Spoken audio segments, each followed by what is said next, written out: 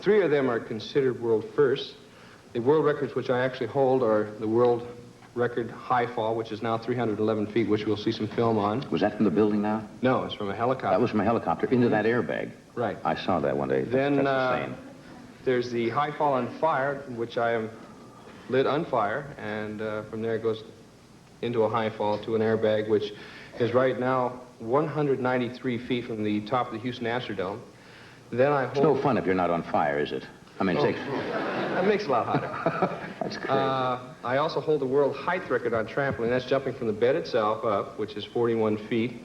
And I hold in world first, or considered world records, I don't know how many saw Super Stunt 1, but I jumped from one airplane, fell for over a mile, and then got onto another airplane in flight without using a parachute.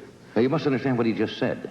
We're going to... Do we have film of that? No, you don't. I got a picture of it. This means that this means he jumped out of an airplane, wearing a chute, of course, for protection. Yes. Fell some 5,000 feet through the air onto the wing of another airplane without opening the chute. Right. In free fall, right? Okay, I'll explain to you briefly how we did it. Doesn't make a difference because I'm not going to do it. I mean, but I'd like to know how you get the timing. What we did is we put an airplane will cut through the air first off straight down towards Earth at better than 250 miles an hour, which with the steerman, we were warned at about 186, we'd start developing problems like over-rev, blowing the wings off, and things like this. So you had to keep the plane. So we put a drogue chute on the steerman to stabilize its speed at 125. The steerman deployed the drogue chute, started down. The Cessna, which I was in, started to follow it at a 30-degree angle. At 160 miles an hour, I let go of the wing, went into free fall. Then I did what skydivers call standing on your head, which is straight down. To increase your speed. To about 200. Came down, made one pass, and got onto the wing. Now, this whole thing took place in 30 seconds, which on film lasted for 1 minute and 45 seconds. Now, the first time we did it, I touched the aileron of the wing, which knocked the wings underneath me, turned me around. Michael, my pilot, Mike Dewey, corrected it, which blew me back out and head down towards the propeller, which is just going like mad. And I fended off one wheel and grabbed onto the wing. Oh, no, that one I didn't make. No. But the second time is this one here that's on camera. This line you see is onto a drogue chute, but the plane itself now is going about how fast? 125 miles an hour. And this man has fallen through the air in free fall. If you can imagine this, you see in the yellow suit there? Well, that's insanity. Now, when we come back, this stunt that we're going to do, which we have not rehearsed, you've got to walk me through, but we haven't done it, actually. Right. You're going to hang me where I drop through a trap door with a noose around my neck. Is that it? Right. Again, this is something that you don't... believe me, it's not something that you want to go and try. This is a stunt... I gotta laugh. You know, you're all laughing. Yeah, explain that to me. I've seen people try things like this. I really have. I happen to know somebody who did something similar to it, just fooling around, and almost broke his neck.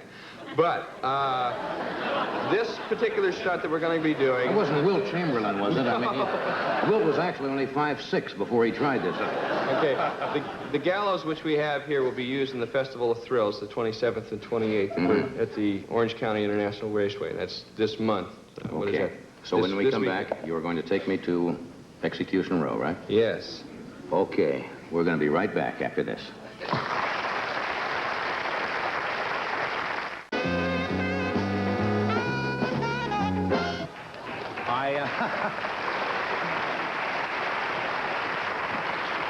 Okay, Dar. I'd like to explain a little bit. Now, there's a trap door that I'm standing on. Don't do anything yet. Okay. Let me explain a little bit about hanging. Okay. In the olden days, it used to be that if you were going to die by hanging, if you could, you would pay the hangman. Right. To give you a swift death. Now, what they would do is they would put the knot to one side and tighten it just so, and it only takes 4 pounds pressure to break the neck. How interesting. And it would go just like that. But if you didn't pay the hangman, he would put it back in the back, and you go through. It would not break your neck, and it'd take you about 4 to 5 minutes to strangle to death. That's not a way to end the day. Right. Now, one of the things that they always did was, one of the things that we're missing is we're missing a priest to give you your last rites. And the only other thing is, of course, the hood, and we have to tie your hands behind your back. So, anyway. How far am I going to fall? Oh, not far. Maybe 2.5 feet is all it's going to take. You might get 3 if you really try Well, hard. put the noose around. Okay, can I have the hood, please, sir? Can I ask you one thing? I don't know this gentleman. Are you any relation to Fred Silverman?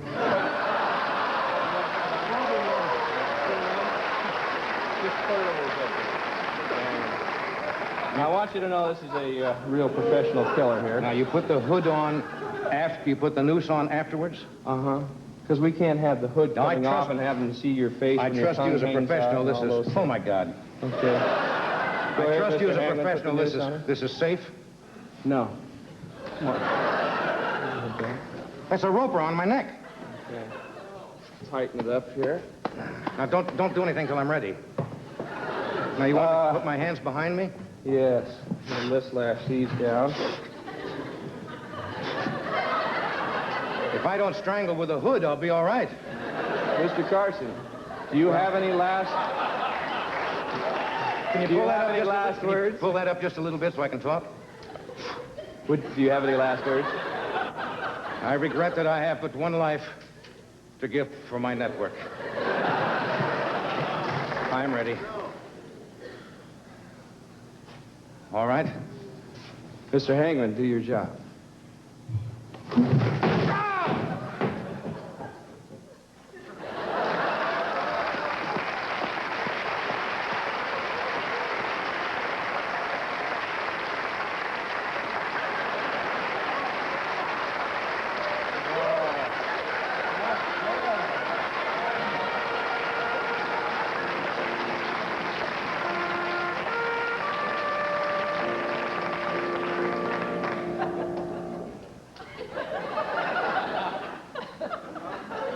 Close the curtain. Yeah, I'm fine.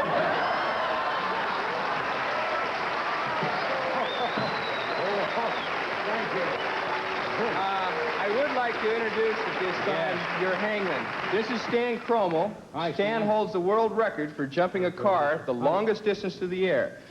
For the Houston Astrodome, he jumped 174.5 feet, and at the time he did it, he was almost 50 feet in the air.